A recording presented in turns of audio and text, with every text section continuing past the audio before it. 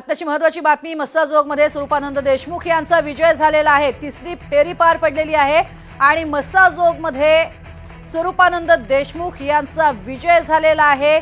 आत्ताची सगळ्यात महत्त्वाची बातमी पोटनिवडणूक पार पडलेली आहे सरपंच पदासाठीची आणि या निवडणुकीमध्ये अश्विनी देशमुख यांचा मात्र पराभव झालेला आहे।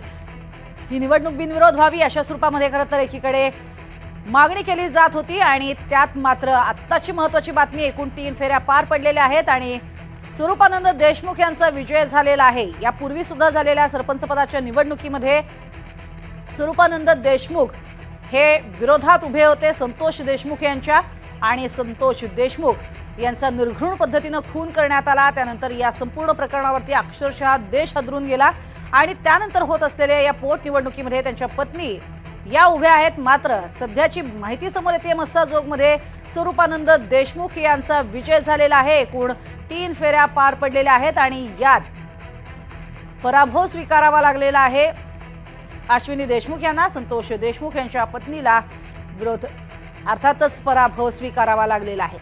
मस्साजोगमध्ये हा अनपेक्षित निकाल म्हणावा लागेल कारण ही निवडणूक काहीही झालं तरी अश्विनी देशमुख जिंकतील असंच म्हटलं जात होतं। मात्र दुर्दैवानं आता सध्या असं समजतंय की स्वरूपानंद देशमुख यांचा विजय झालेला आहे। मस्साजोगमध्ये पार पडलेल्या या निवडणुकीचा निकाल आता समोर येतोय ज्यात 3 फेऱ्या पार पडलेल्या आहेत आणि स्वरूपानंद देशमुख यांचा विजय झालाय। तिन्ही फेऱ्यांमध्ये स्वरूपानंद देशमुख हे आघाडीवरती होते। सुरुवातीला 156 आणि त्यानंतर 20 मतांचा फरक होता आणि तिसऱ्या फेरीत सुद्धा स्वरूपानंद देशमुख यांनीच बाजी मारलेली आहे आणि त्यांचा विजय झालाय। तर दिवंगत संतोष देशमुख यांच्या पत्नीचा मात्र या निवडणुकीमध्ये पोटनिवडणुकीमध्ये पराभव झालेला आहे आणि त्यामुळे अनेकांना हा एक प्रकारे आश्चर्याचा धक्का आहे।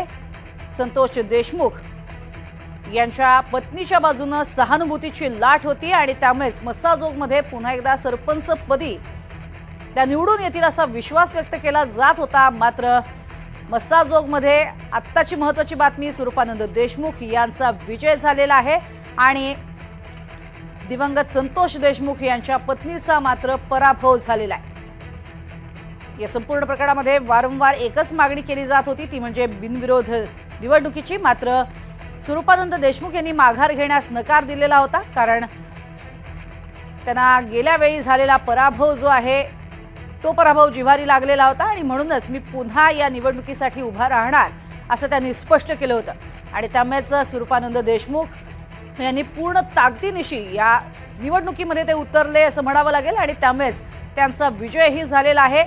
3 फेऱ्या पार पडलेल्या आहेत या पोटनिवडणुकीसाठीच्या आणि या तिन्ही फेऱ्यांमध्ये विजय झालेला आहे स्वरूपानंद देशमुख यांचा।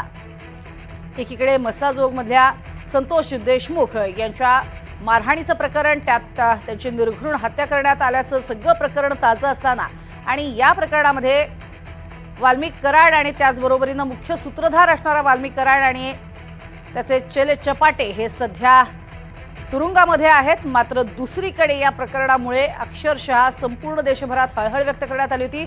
संपूर्ण महाराष्ट्र हादरून गेलेला होता आणि त्यातच अश्विनी देशमुख हे विजयी होतील असा विश्वास व्यक्त केला जात होता। मात्र दिवंगत सरपंच माजी सरपंच आपण बघतोय त्यांचा पराभव झालेला आहे आणि स्वरूपानंद देशमुख मात्र विजयी झालेले आहेत। मस्साजोगच्या या संपूर्ण निवडणूक प्रक्रियेमध्ये एकूण 3 फेऱ्या पार पडल्यात आणि या तिन्ही फेऱ्यांमध्ये स्वरूपानंद देशमुख यांचीच आघाडी पाहायला मिळाली। तिन्ही फेऱ्यांमधली त्यांची आघाडी होती आणि त्यामुळेच अश्विनी देशमुख यांचा पराभव होईल असं मानलं जात होतं आणि त्यातच ही बातमी समोर आलेली आहे। संतोष देशमुख यांच्या पत्नीचा पराभव झालेला आहे तर मस्साजोगमध्ये स्वरूपानंद देशमुख हे विजयी झालेले आहेत। त्यामुळे स्वरूपानंद देशमुख हेच मस्साजोगचे नवे सरपंच असणार आहेत। बीडमधल्या मस्साजोगमधल्या पोटनिवडणुकीचा हा निकाल लागलेला आहे। हा निकाल अनपेक्षित आहे का हे मात्र तिथली जनता सांगू शकते। कशा पद्धतीनं जनतेनं अशा पद्धतीनं ही भूमिका घेतलेली आहे आणि हा निकाल दिलेला आहे त्याचं सगळं सविस्तर स्पष्टीकरण जे आहे ते अर्थातच तिथले स्थानिक नागरिकच देऊ शकतात। एकीकडे अश्विनी देशमुख या निवडून येतील असा विश्वास व्यक्त केला जात होता कारण प्रचंड सहानुभूतीची लाट ही केवळ मस्साजोग नव्हे तर संपूर्ण महाराष्ट्रभरातनं देशभरातनं त्यांच्या पाठीशी होती आणि म्हणूनच एकीकडे संतोष देशमुख यांचे बंधू धनंजय देशमुख यांनी या निवडणुकीसाठी उभं राहावं असं म्हटलं जात होतं। मात्र निर्णय घेण्यात आला कुटुंबियांकडनं आणि त्यानंतर संतोष देशमुख यांच्या पत्नी अश्विनी देशमुख यांचं नाव पुढे करण्यात आलं। त्या या निवडणुकीसाठी उभ्या राहिल्या। मात्र स्वरूपानंद देशमुख यांनी आपला अर्ज माघारी घेतला नाही, कारण आधीच्या निवडणुकीमध्ये ते संतोष देशमुखांच्या विरोधात उभे ठाकलेले होते आणि त्यांचा पराभव झालेला होता आणि त्यामुळेच ते पुन्हा एकदा या निवडणुकीमध्ये उभे राहिले। आकाश सावंत आमचे प्रतिनिधी आपल्या सोबत आहेत। आकाश, हा अनपेक्षित स्वरूपाचा निकाल आहे का मस्साजोग वासियांसाठी? काय अधिक माहिती? नक्कीच प्रज्ञा, एकीकडे मस्साजोग ग्रामपंचायतीची निवडणूक ही जी आहे ती संतोष देशमुख हत्या प्रकरणानंतर कुठेतरी भावनिक स्वरूपामध्ये कालपर्यंत चित्र जे होतं ते बघायला मिळत होतं। एकीकडे धनंजय देशमुख, संतोष देशमुख यांच्या पत्नी अश्विनी देशमुख यांच्या पारड्यामध्ये कुठेतरी मतदार जो आहे तो आपले मत टाकीन असे चित्र असताना बघायला मिळत होतं। मात्र आजचा जर निकाल बघायला गेला तर या निकालामध्ये स्वरूपानंद देशमुख हे जे आहेत ते विजय झालेले आहेत। 103 मताची त्यांना जे आहे ते विजयाच्या उंबरठ्यावरती घेऊन गेल्याचं बघायला मिळत आहे। एकंदरीत बघायला गेलं तर या मस्साजोग ग्रामपंचायतीच्या निवडणुकीकडे संबंध राज्याचं लक्ष लागलं होतं। या निवडणुकीमध्ये प्रचारादरम्यान आरोप प्रत्यारोप देखील पाहायला मिळाले होते। मात्र ही निवडणूक कुठेतरी बिनविरोध व्हावी अशी देखील संतोष देशमुख यांच्या कुटुंबियांची इच्छा होती। मात्र आज बघायला गेलं तर या निवडणुकीचा निकाल हाती आला असून 103 मतांनी जे आहेत ते स्वरूपानंद देशमुख जे आहेत ते विजयी झाले आहेत आणि धनंजय देशमुख तथा संतोष देशमुख यांच्या पत्नी अश्विनी देशमुख या पराभूत झाल्याचं बघायला मिळत आहे। प्रज्ञा, नक्कीच आकाश, मात्र सगळ्यात महत्त्वाचं म्हणजे अशा स्वरूपामध्ये हा पराभव होणं संतोष देशमुख यांच्या पत्नीचा ही धक्कादायक बाब आहे। मस्साजोग वासियांनी असा निर्णय देण्यामागचं काय कारण आहे स्वरूपानंद देशमुख हे विजयी होण्याचं?